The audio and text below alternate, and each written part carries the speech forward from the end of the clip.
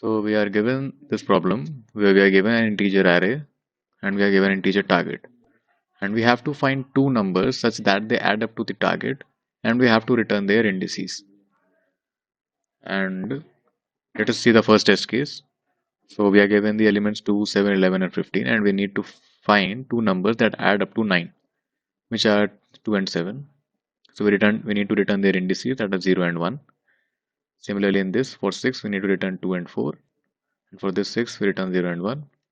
There are several approaches to solving this problem, but the most optimal one uses a hash map. And how is that?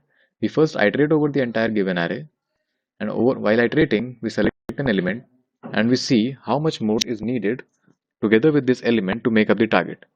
What do I mean is that we subtract the target from the given element so that we get what element extra do we need to add to this element to get the target. And we see whether we have previously encountered such an element or not. And as we can see, when traversing the first element, for 2, the element that we are looking for is 7, and we have not encountered such an element before 2, so this will not be executed, and we will move forward and put this element in the array. That is 2, I will put 2 with an index, that is 0.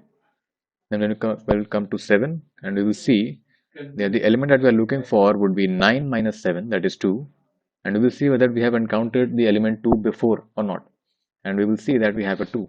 So what we will get is that the index of the element 2, that is 0, as well as the current element.